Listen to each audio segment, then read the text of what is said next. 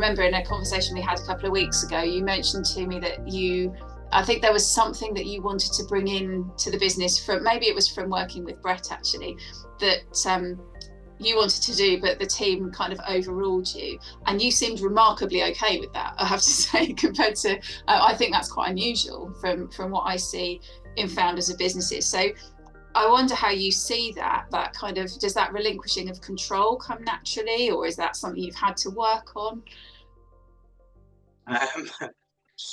Getting married was a good education in that. Yeah.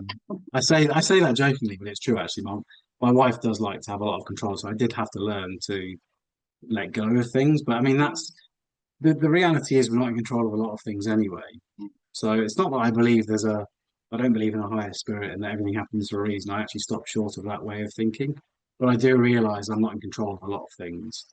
And so I have become more at ease over time with just not being the person that has the final say on things. But the reality is that if there's 10 people that all disagree with something that you think, then probability would suggest that they're right and I'm not. Mm. Because, they're more representative as a collective of the collection of clients that we have. Mm. So there's a good probability that I'm not right.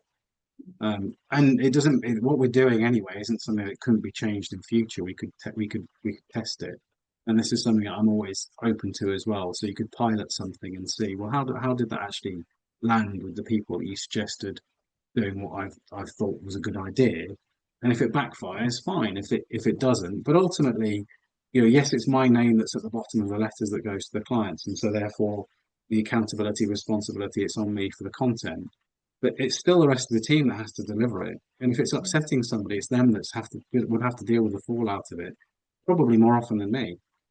So Mm. I have to be respectful of what they think is a good thing to do as well, because otherwise, I wouldn't be very happy in their position if I started getting lots of complaints because we were slapping clients around the face with the value that we've added, which is ultimately what I was proposing we put in there in monetary terms, and they're just not comfortable with that. And I do get that, and I do think that we would get some backlash, albeit I can see the benefits of it when, alongside the value is what is the cost of our service.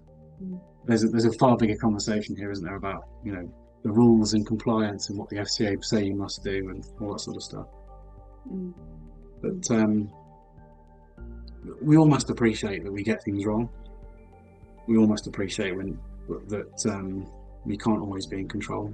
So yeah, I'm not a dictator. Never have been, never will be. And we're not ruled as a committee. I'll still do if I've got real firm conviction in what it is that I'm doing, and I just know that it's a pain we have to go through. Then yes, we will do that. But I'll be respectful of other people's thoughts and feelings.